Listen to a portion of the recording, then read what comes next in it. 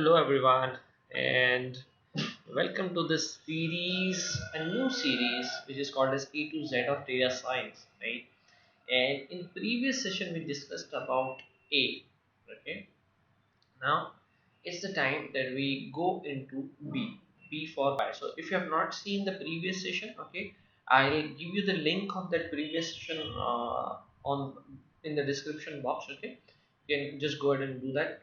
Today let's discuss very important point, very crucial point that will help you create the best possible machine learning model which is required for a data science process. Okay, so before we proceed, let us talk about the data science process. As we have discussed in the last session also, so you've got data science process in which machine learning is very crucial part of it, right? Through machine learning, the actual magic happens, right? Now, when you create a machine learning model, it is many a time it happens that it tends to become biased. Okay, so what do I mean by bias and what is the problem with biased model?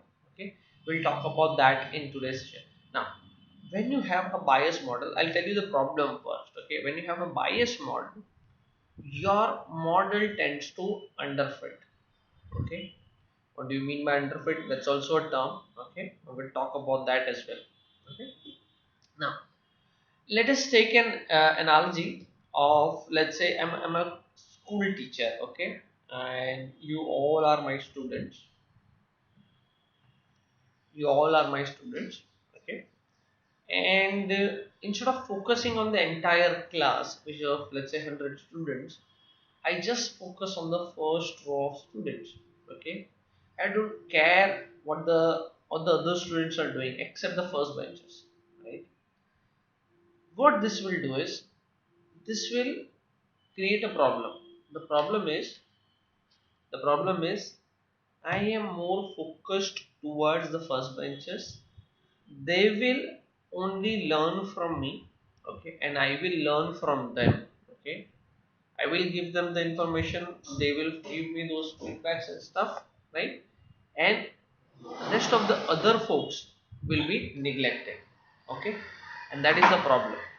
So what you want to do is, you want to generalize you basically want to generalize so that you basically focus on everybody instead of focusing on just some of the students or one of the students. You want to focus on all the people, most of the people in the class, right?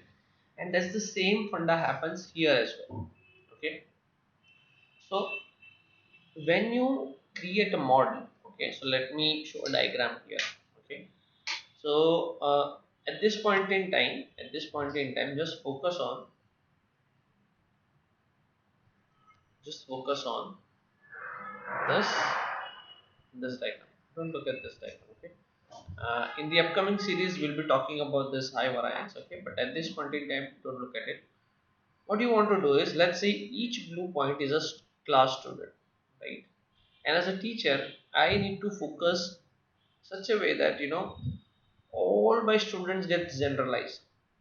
I teach in such a way that everybody understands, right? Correct. But, and this is something I ideally want,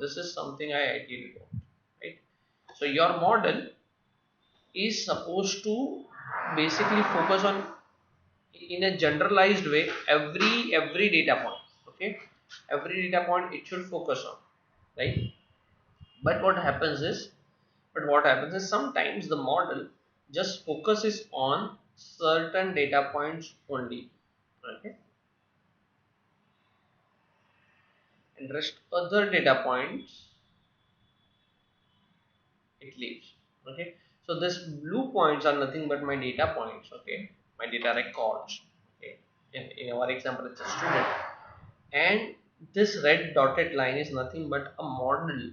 Okay, the how the model is actually touching the data, right?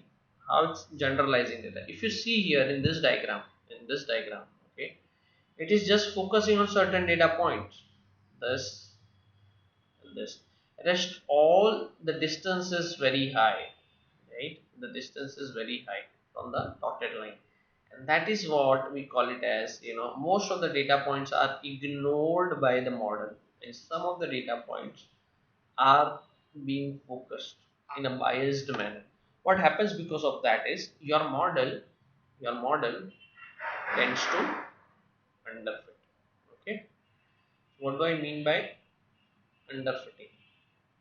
So if we see here, this is my apt model, this is my ideal model, which is touching upon all the data points. But here it is underfitting. It's not fitting to all the data points, but it is underfitting to its capacity.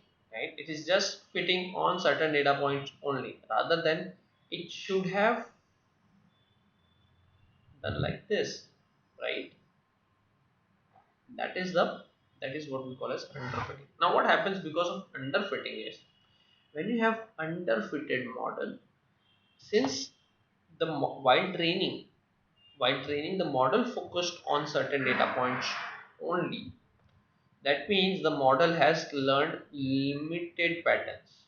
Okay, model has learned limited patterns, and because of that, when you give the test data to it, okay, when you give a new data, unknown data to it, this limited model will not perform well. Accuracy will be very, very, very low. Okay, and that's the problem. So what you want to do is, ideally you want to have a model like this, and you don't want to have a model like this. So that's the only concept that I wanted to give you today. This concept is really, really important, because this helps you create a model which is generalizing to the test as well as train data, and the performance is on the similar scale. So on this note, and I would like to wrap up on this session. If you have not subscribed to this channel yet, you can go ahead and do that. Maybe give your thoughts on this particular video in a comment box, and I'll reply to you individually. So thank you so much, guys. Bye bye. Take care. Stay safe.